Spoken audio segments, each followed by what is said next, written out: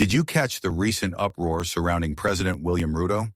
Specifically, the explosive BBC documentary that's igniting conversations not just in Kenya, but around the globe? What's even more shocking is that he's been silent about it. Why is silence often louder than words in politics? In this video, we delve deep into the fallout from this documentary and explore why Kenyans are questioning their government's transparency. Let's start by examining the documentary itself. It's called Blood Parliament by BBC Africa. The film doesn't hold back in revealing the events of June 25, 2024. This is the day when peaceful protesters were shockingly silenced outside Parliament. Among those lost was a 25-year-old finance student, Eric Shieni, who was shot in the back of the head from a staggering 82 feet away. The documentary analyzed over 150 images to pinpoint the shooter. As it aired, Kenyans took to social media, flooding comments with clips, haunting images, and the YouTube link to this viral documentary. In just 24 hours, it had amassed over 3.5 million views. But while Kenyans expressed their grief and outrage, President Ruto has chosen to ignore it. No statement, no denial, no engagement. It seems he's hoping to let the storm pass without addressing the gaping wounds in society. Now, why would a leader stay silent on such a crucial issue?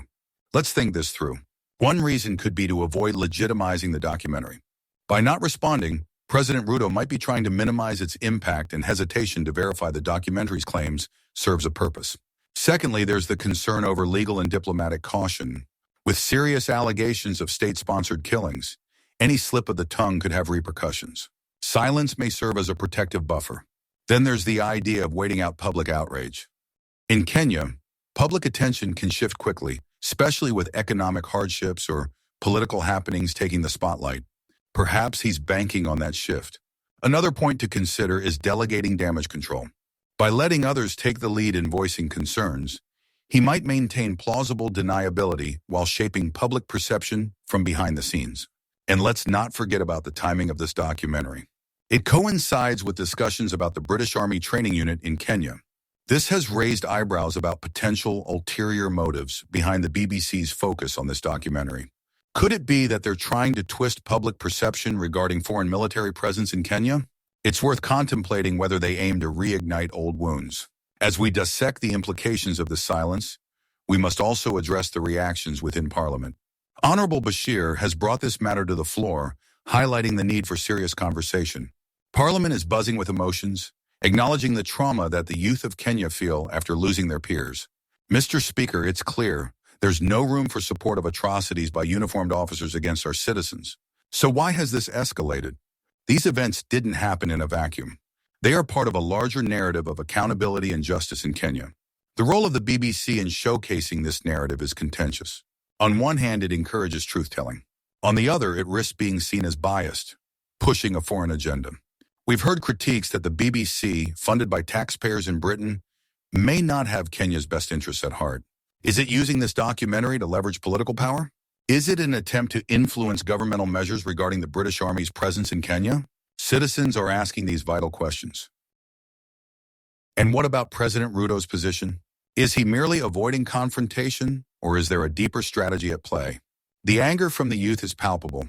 They've been marginalized, feeling like voices shouting in an empty room. Social media continues to buzz with a mix of hope and despair over their government's silence. Are they still holding out for accountability? Absolutely. Kenyans have witnessed the repeated cycle of protests and government reaction, or lack thereof. Many feel that standing by while international media reports take charge is a betrayal of their struggles. In many ways, they view the BBC's documentary as a middle finger to a long history of dismissiveness. It's heartening to see the awareness growing even among the younger generation, raising questions about the media's role in amplifying their cries for change. While investigating this, remember there is often more to the story than meets the eye. Discussions around accountability don't only revolve around tragic loss. It also poses questions about healing. As mentioned earlier, trauma lingers in the hearts of those who lost loved ones that day. The question arises, how does a society heal when the roots of pain are ignored? Parliament has a significant responsibility here. They must facilitate healing and provide support to the traumatized youth. This cannot just be a talking point. It needs to transform into action that addresses the anger and despair many feel. When anger simmers, reemergence is inevitable. Parliament can either be the platform for healing or let it fester further. It's an essential conversation that must not end here. To the audience, it's your turn to engage. What do you think about the BBC's role in this situation? Do you believe that President Ruto should speak out? Leave your thoughts in the comments. And if you found this breakdown helpful, don't forget to like and share the video.